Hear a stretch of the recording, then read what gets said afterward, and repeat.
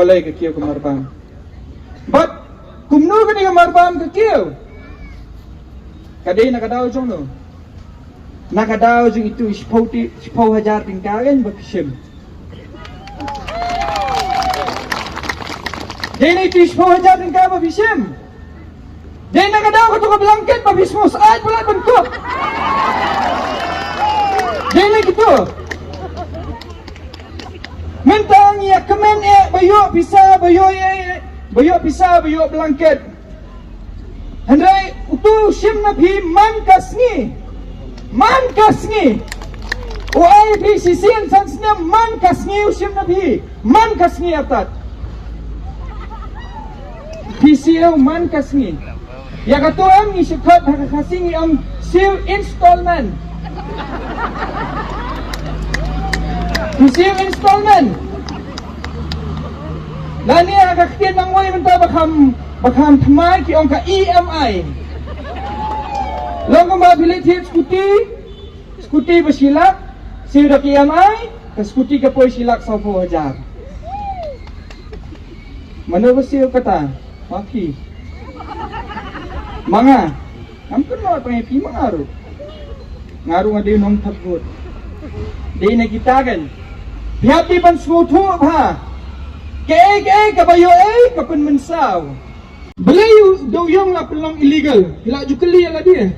Kiang na bakal kata kaya NGT atau balik syata NGT na dari balik menu-menu nani na po kari kasih demi na. Kabayo doyong lah pelong illegal. Kabamut ba om dam tak sukan. Illegal deh, syat tu. Siapa pilih bit senama. Pihak beruntuk na ini kamcit tiket. Pihak menpejak film. Dia menpejak film. Utu badan nang tu pada senama. Yo nang nabi. Yo nang. Namaru api kamcit tiket. Udah yang ulang bentang. Kipelang illegal kenang. Kenang baru utu doyong bayar cabar ke state on amdam tax, on amdam revenue. Lada kung mga susyong ka ini menangkain lada doyong uyat R.1 crore tingka cabar dong ke state man lang kasmi. Kalau mo ka tax limba ka GST kanwan saw pun berulak. Hakasismi. Di berkat lada saw pun berulak kawan hakasismi. Siya ka jala Meghalaya, siya ka sorkar ka jala Meghalaya, hatu ka beluspak mo kata sorkar.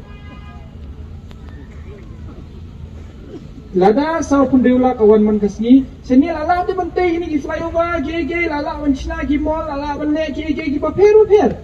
Ladan lut. Kikon ki jong peru suk kam. Pai kini ki jala metropolitan cities. Kum ki Bangalore, ki Mumbai ki beli suk wa man yo kam slay. Pahu tiga kam. Kepahu hadu ba ni hablet menginang niru balik tres tay. Kekam kepahu hadu kata. Ada jelas jungi pada balik. Sau pun diulak. Siapa lah jom no man lah kasih. Namar om dan jengken.